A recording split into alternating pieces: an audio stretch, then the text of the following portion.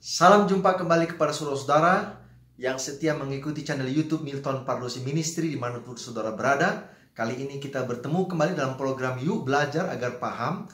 Pelajaran kita yang ke-11 dari buku pelajaran sekolah sahabat kita kuartal ketiga tahun 2020 dengan judul Membagikan Kisah tentang Yesus. Sebelum kita belajar, mari kita sama-sama berdoa. Ya Tuhan Allah Bapa kami dalam kerajaan sorga, terima kasih ya Tuhan oleh karena pada saat ini kami boleh bertemu kembali untuk belajar pelajaran sekolah sahabat, pelajaran yang ke-11 kuartal ketiga tahun 2020 di channel YouTube Milton Pardosi Ministry. Berkati kami dengan Roh Kudus-Mu Tuhan, urapi kami agar kami boleh memahami bahwa di dalam membawakan kabar Injil, di dalam membawakan kabar keselamatan ini, maka Yesuslah yang harus kami tinggikan dan yang harus kami kabarkan. Inilah doa kami Tuhan, ampuni dosa kami dalam nama Yesus kami berdoa. Amin. Baik saudara-saudara yang kekasih, membagikan kisah tentang Yesus Kristus. Ayat intinya adalah di 1 Yohanes pasal 5 ayat yang ke-13.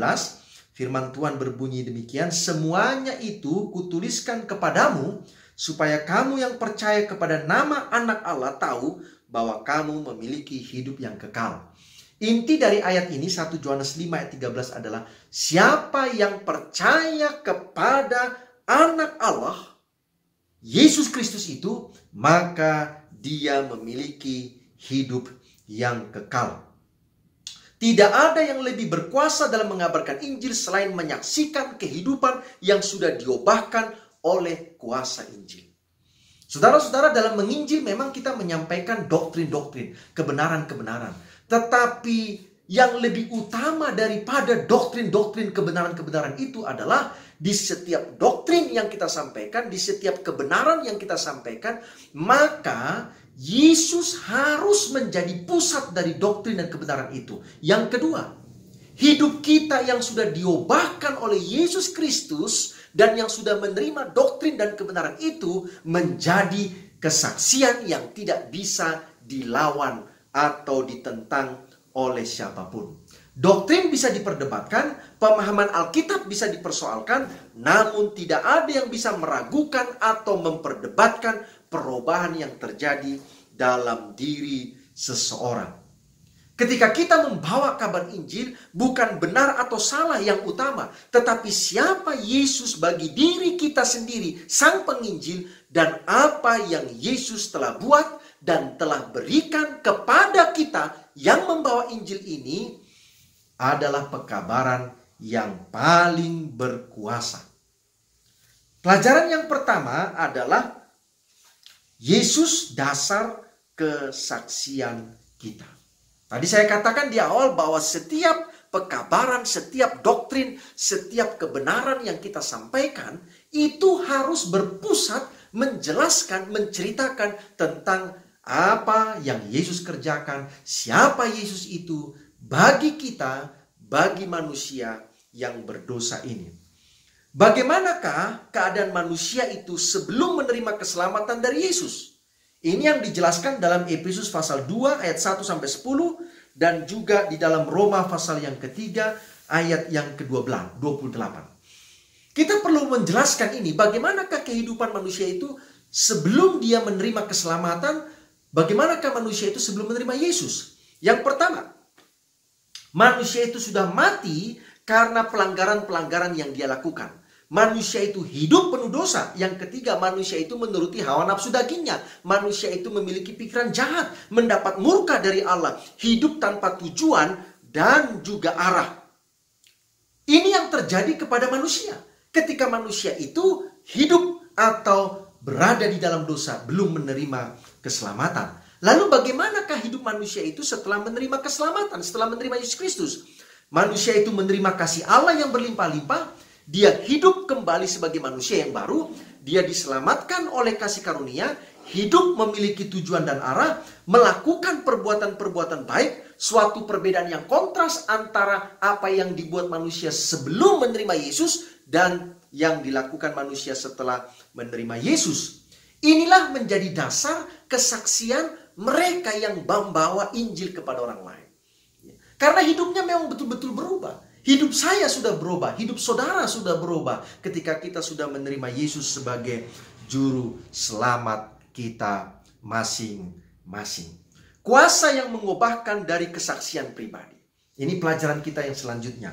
Ayatnya dalam 1 Yohanes pasal 1 ayat 1 sampai 4. 1 Yohanes pasal 3 ayat yang pertama, pasal 4 ayat yang ke-7 sampai 11, dan 1 Yohanes pasal yang kelima ayat yang pertama sampai ayat yang kelima. Kuasa yang mengubahkan dari kesaksian pribadi. Yohanes kekasih dan Yakobus adalah dua bersaudara yang menjadi murid Yesus. Mereka sebelum diubahkan oleh Yesus disebut sebagai anak-anak guru. Ini dicatat dalam Markus pasal 3 ayat yang ke-17. Bahkan istilah anak-anak guru itu Yesus yang berikan kepada Yohanes dan juga Yakobus. Kedua murid ini memiliki temperamen yang keras dan berapi-api. Bahkan mereka pernah berkata kepada Yesus ketika Yesus ditolak di Samaria. Maka Yohanes dan Yakobus berkata kepada Yesus, "Guru, apakah engkau mau supaya kami menurunkan api dari langit?" Luar biasa saudara-saudara ya. Mereka dapat kuasa dari Yesus Kristus. Tetapi sekarang mereka menantang Yesus lalu berkata, "Apakah kau mau supaya kami turunkan api dari langit untuk membinasakan orang Samaria ini?" Tapi Yesus katakan tidak. Tidak perlu. Ya. Ini ciri-ciri dari karakter Yohanes dan Yakobus yang disebut oleh Yesus sebagai anak-anak guntur, ya. Cara Yesus adalah penuh kasih. Cara Yohanes dan Yakobus adalah melawan, ya, menghukum dan lain sebagainya. Jadi ini karakter yang berbeda dan Yesus ingin merubah Yohanes dan Yakobus ini agar mereka memiliki karakter yang meniru karakter Yesus Kristus. Secara khusus Yohanes memang benar-benar berubah. Itu sebabnya akhirnya Yohanes mendapatkan julukan Yohanes yang kekasih. Murid yang dikasihi oleh Yesus. Murid yang menunjukkan kasih yang luar biasa. Kalau saudara baca sepanjang tulisan Yohanes di buku 1 Yohanes, maka Yohanes berulang-ulang kali membahas tentang kasih. Baik kasih Allah dan kasih Yesus Kristus. Jadi Yohanes berubah saudara-saudara ya, dari anak guntur menjadi anak Allah yang penuh kasih. Menjadi murid Yesus yang penuh kasih. Menjadi anak-anak Allah yang penuh kasih.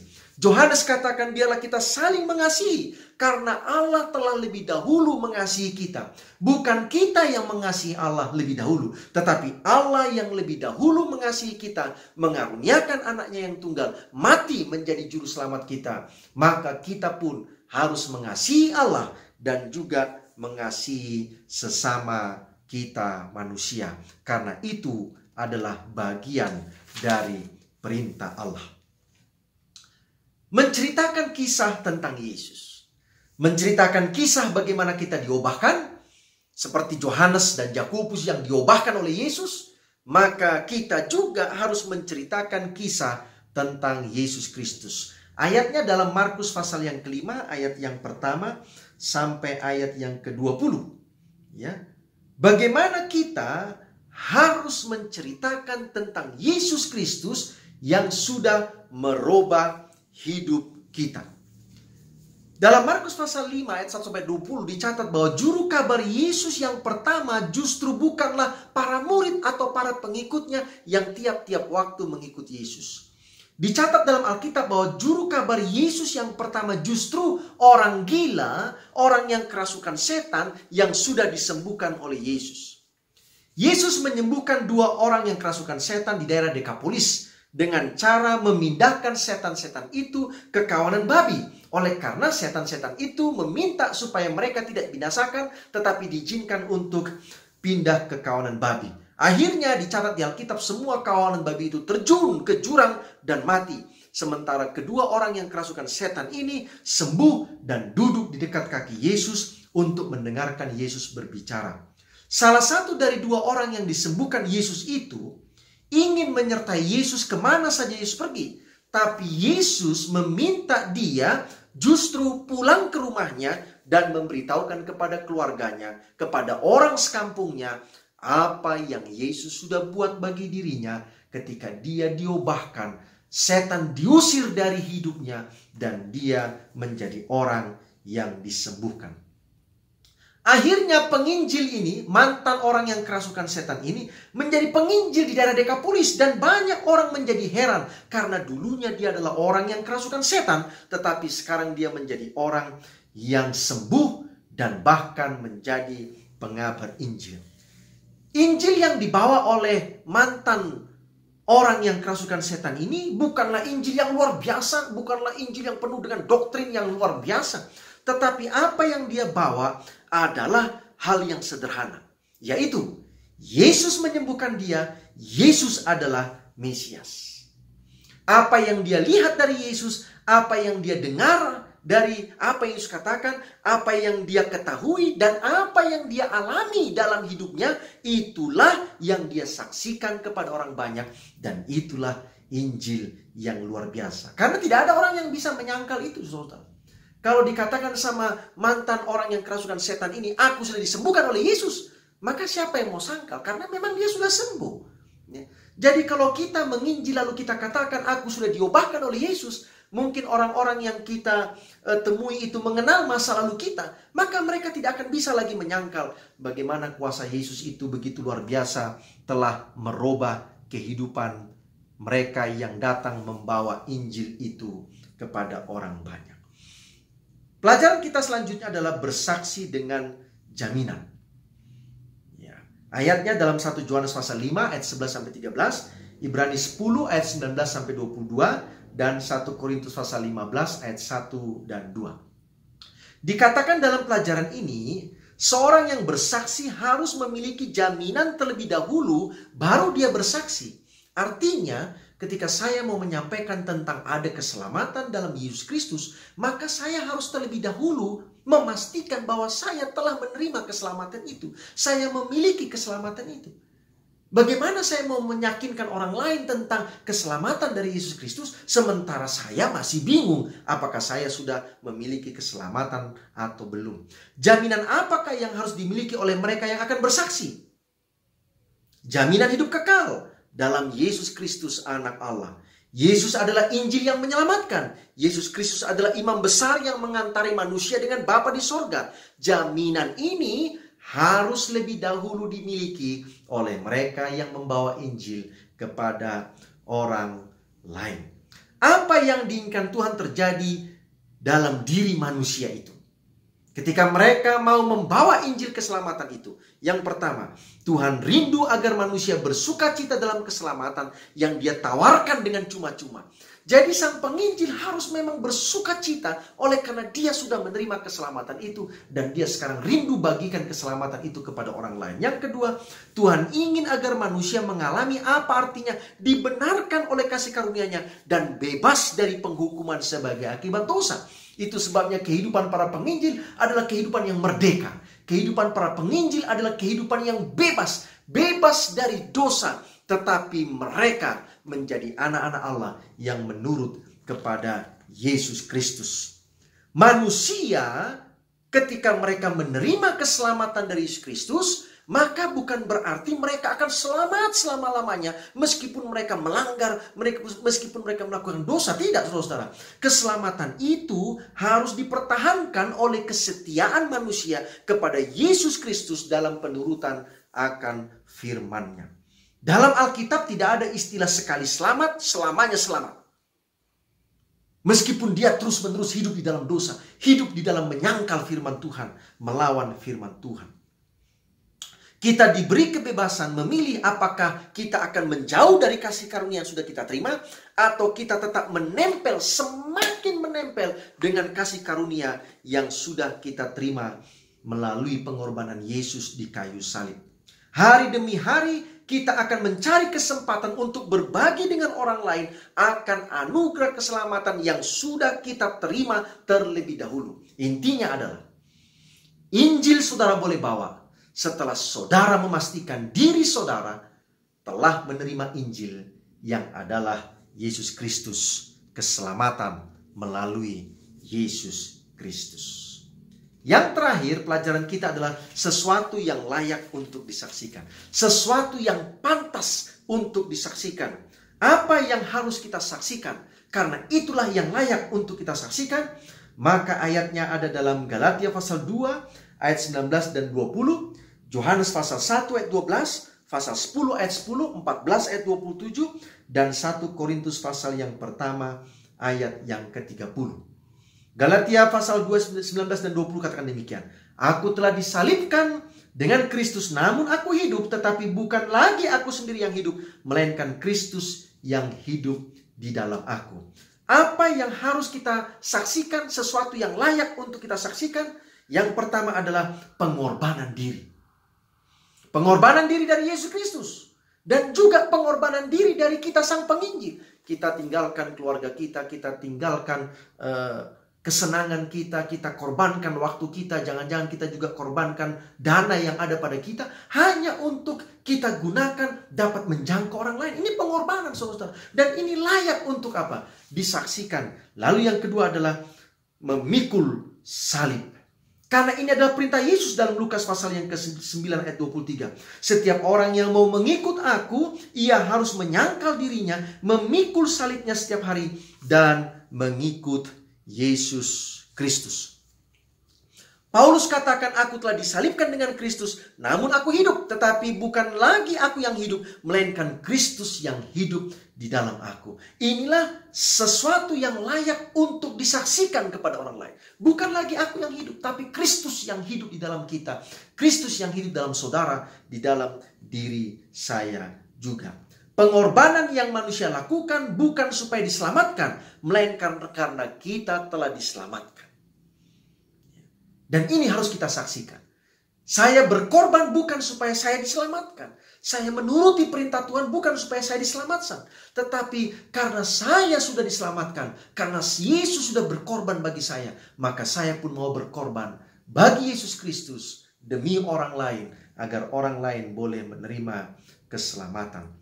Apa yang harus disaksikan adalah apa yang Yesus telah lakukan dan telah berikan kepada kita, bukan apa yang kita telah berikan dan telah lakukan bagi Yesus. Ya, memang kita ada pengorbanan, tetapi bukan itu yang menjadi kesaksian kita. Yang menjadi kesaksian kita adalah apa yang Yesus sudah korbankan bagi kita dan apa yang Yesus sudah berikan bagi kita. Pusat kesaksian kita adalah pengorbanan Yesus, bukan pengorbanan kita. Ya. Karena kita ini selamat saudara-saudara karena pengorbanan Yesus, bukan pengorbanan kita. Jadi pengorbanan kita itu bukan sesuatu yang mau dibangga-banggakan, bukan sesuatu yang mau ditonjol-tonjolkan. Tetapi orang bisa lihat bagaimana kita berkorban untuk agar orang lain boleh menerima kabar keselamatan. Seringkali justru apa yang kita lakukan kepada Yesus yang kita bangga-banggakan ketika kita memberikan kabar Injil. Sehingga kesaksian itu cenderung menjadi dan membawa pujian bagi diri kita sendiri. Pengorbanan yang manusia buat bukanlah pengorbanan seperti yang Yesus Kristus telah lakukan. Pengorbanan yang manusia buat sebenarnya adalah satu kesadaran dan ucapan syukur manusia atas apa yang Yesus Kristus telah lakukan bagi manusia. Sehingga manusia rela meletakkan apa yang ada dalam hidupnya di atas altar pengorbanan sesuai dengan panggilan Allah bagi masing-masing. Jadi kalau begitu, apa yang saya korbankan, apa yang saudara korbankan, itu adalah sebagai persembahan yang kita taruh di atas altar untuk Yesus Kristus. Kenapa? Karena kita sudah terlebih dahulu menerima pengorbanan dari Yesus Kristus.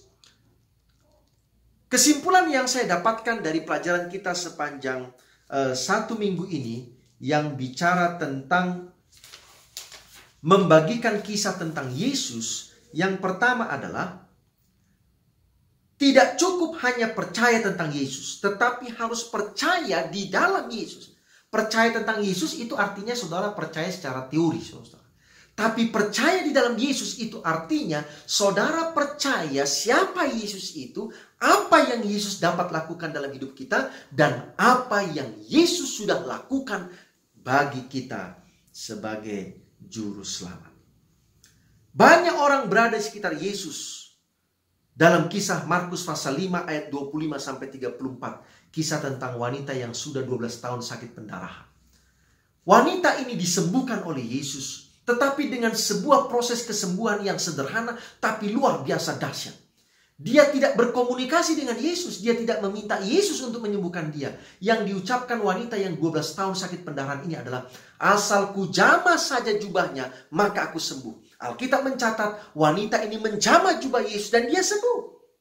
Dia tidak minta kepada Yesus. Dia tidak memohon kepada Yesus. Dia hanya punya iman kalau saya menjamah jubah Yesus maka saya akan sembuh.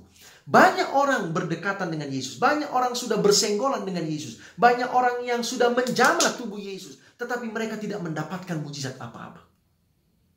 Ya.